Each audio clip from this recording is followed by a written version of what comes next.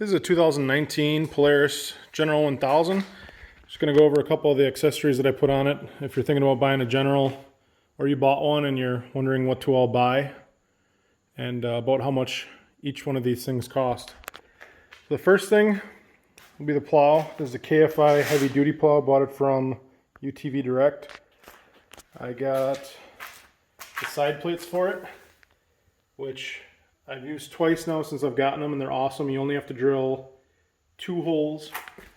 You have to drill 1 hole on the top right here and 1 hole right here, and then the other hole they give you a longer bolt for the bottom plate.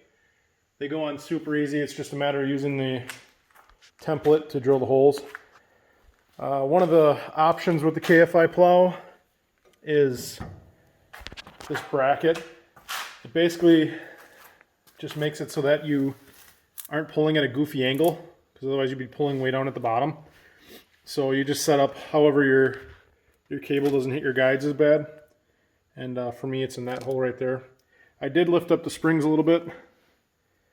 Just moved them down to get a little more height when the plow's on it, because it does sink down quite a bit. And just one of the things with the winch, I just got this stopper. It does seem to help. When it hits the guides, it's hitting rubber and kind of mushes the rubber a little bit more. So it doesn't seem to be as bad on the rollers. The reason I got the KFI plow is the mounting. The mount is pretty much right in the front. It's super easy to mount. Show you underneath. There's just a couple things you got to put on. Really easy. Didn't take long at all. Don't have to modify anything. But the main reason that I wanted to get this is because of how high the plow gets in the air. I can make really, really tall hills, about 5-6 feet tall, with this plow. I'm going to show you how high the plow can go because of where that's mounted.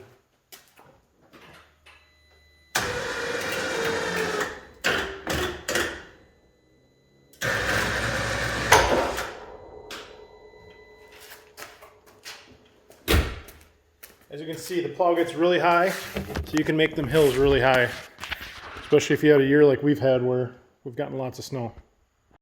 Another upgrade that I did on the Polaris General right away was I got the headlights. The stock headlights are really yellow. You really couldn't see much. I got those headlights. It is a plug and play. There's a noise canceller. So the noise canceller, it does screw with your radio. The noise canceller's right here. It's really dirty, but it does screw with your radio. The noise canceller definitely helps. The bad part is the high beams really don't do a lot. See if you can see. There's no difference in the high beam at all, but they are super bright. The next accessory that I put on here, and I'm want to put on the back ones too, but I just got the front ones for now, and they did make a world of difference, is these mud busters. Fender flares. They go on really easy. You drill a couple holes.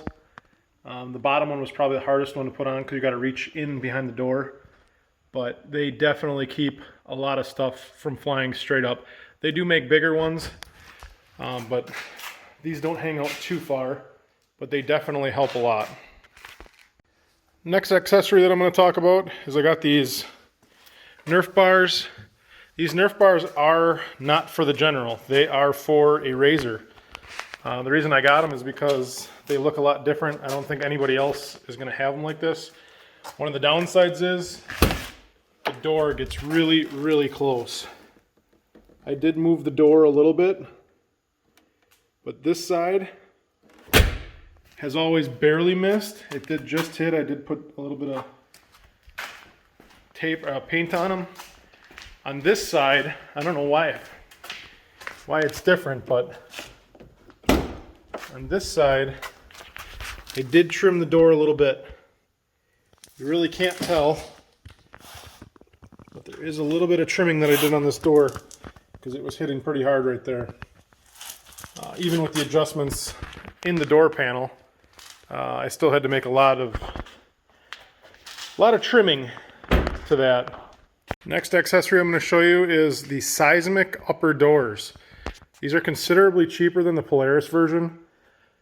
The downside is that you do have to put some Velcro on your door, and it will be there if you take it off, but it does cover really nice. I don't have a whole lot coming in. There are some minor gaps that you can put rubber that they do include. The reason I really like the seismic doors is when you're driving, that door can push out. It can separate. When you're driving, when you're trailering, these seismic doors have this latch that latches up onto the roof, and it seals it tight. Well, it just popped off, but it seals it tight. There's rubber gaskets there, and it just pops right off. You can zipper it shut. You can lock it from the outside through the zipper. So when you load it on your trailer, you don't have to be inside of it to lock it. Next accessory I'm going to show you is the seismic side mirrors. This mirror is kind of useless on the passenger side. You can't see anything out of it. I did get these brackets. They bolt in. Those are not fun. But it does make it a little cleaner, and obviously with everything, with having a windshield and having the door, you can't really wrap around that. So I did get these brackets that go nicely with the seismic mirrors. They do fold in. They're aluminum. Pretty strong. I've already hit a tree, and they just fold right in. They didn't break. Like I said, with the doors, without the upper doors, you'd be able to see it really well. But with the upper doors, you can't really see out of the passenger mirror. That one helps quite a bit because you have a better angle. But like I said, they're aluminum. They seem really durable. I'm really happy with them. And I do like the bracket, even though it was a pain to put in.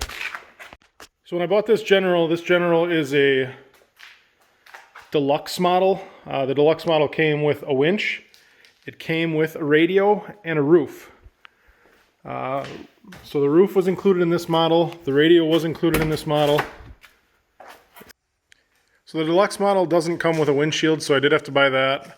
I would strongly recommend getting a glass windshield. My first trip, I got a chip in it right there, thanks to a buddy of mine. But the glass model this is a Polaris version. It's the lock and ride. So it's actually really convenient. It's only four like hinges, and it's on and off. It gets installed really fast. It's a really good fit. I don't know how it's going to fit anymore, because the next thing I am going to show is the Polaris windshield wiper kit. That's a must-have, especially if you're riding where it's cold, like really cold. Like we were on a trip and everything froze to the windshield. It was a disaster. But so I don't know how that's going to go if I got to take the windshield off with that installed. So I never thought about that. But anyway, so got the windshield. It does have a sprayer on it. I'll show you that.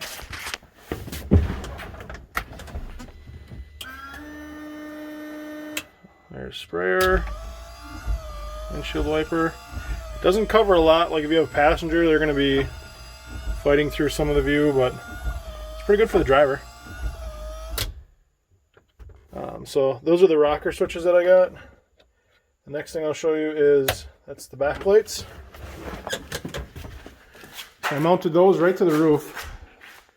They're really dark. In Wisconsin, got to have a license plate. I got this online. I think it was only like $15. But these you do have to have. I just bolted it right to the roof.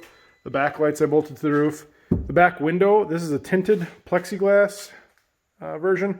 I didn't get the glass version for the back because I don't feel like it's going to be that big of an issue if it gets scratched. That was okay to install. It wasn't bad, but I really like that it's tinted. I got the light on the flashlight now, but you can't really see much at all in the summertime. A couple little accessories that go in the back. I do plan on getting a tonneau cover for this. It's like a plastic version that kind of goes over the top. But right now I just keep bungee cords across the top, so when I go ice fishing, or when I'm just driving around, I got a shovel when I'm plowing my neighbor's driveways out, then it can't fly out. So the next rocker switches will be these two on the front. I got one for the upper windshield bar, and this one is for my bumper. I have more lights than I need, but it's really nice at night. That's what you're looking at. So it's really bright. I don't remember how much all that costs though. I feel like I bought them as a bundle. But they were not fun to install. Especially wiring up to the back and wiring the backlights. I ran it through the roof and then over to the pillar. Oh, falling. And then I put it in the pillar and ran it all the way down. That wasn't fun. These are a couple things you want to buy for any UTV. If you're going to trail ride, there's a tire repair kit. Get one with a nice handle. Makes it really easy to plug. I have already received a nail in the first trip that I've taken this on. And it was a big one. I will show you that in a little bit.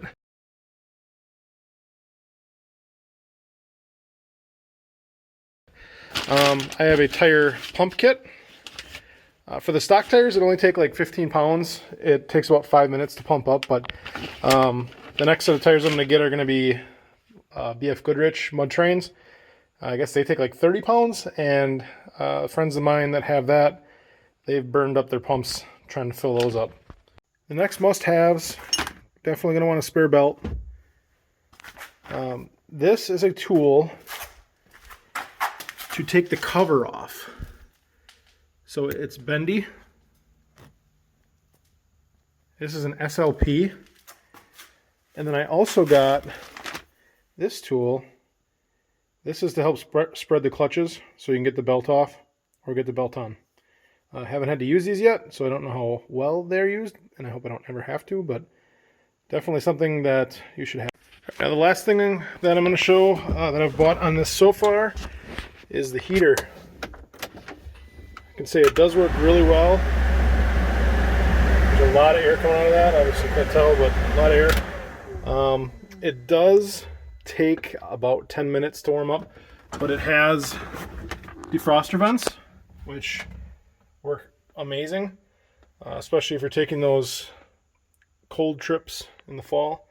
I haven't felt it so much on my feet, but I've plowed snow for about 2 hours when it was 4 degrees, and I was sweating in a sweatshirt.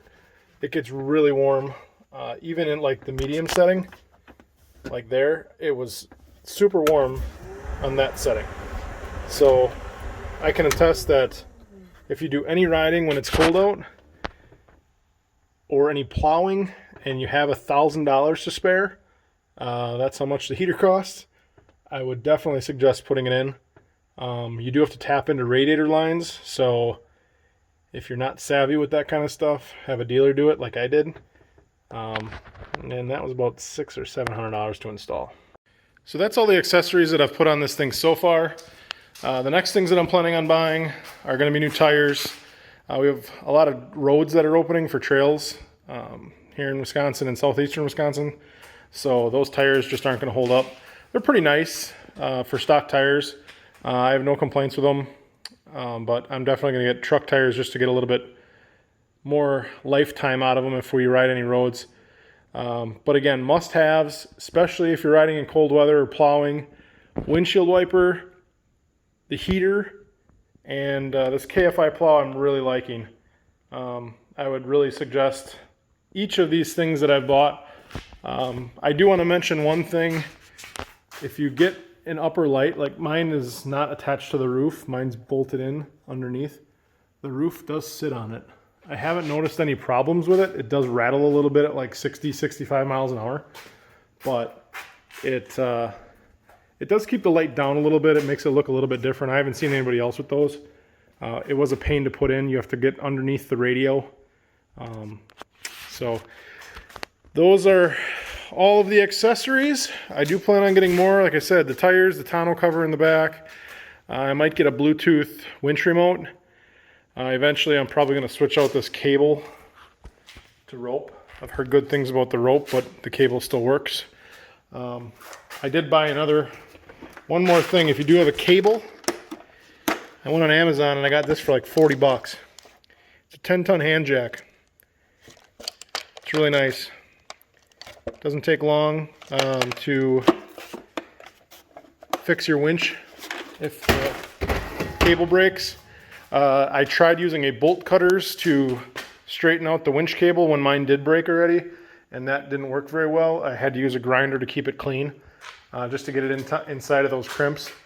But all in all, I really am liking the Polaris General. Downside so far, it's slower than the Razors, but for what I'm using it for, if you're looking for something to play and work, and you got 20 grand, this is definitely the machine. I've gotten it up to 65 miles an hour. It had more, but that's just as fast as I've gotten it so far. It handles really good in deep snow, even with the plow on it. I've only gotten it stuck once, and that's because I drove too far into the ditch. But all in all, Polaris General gives a thumbs up.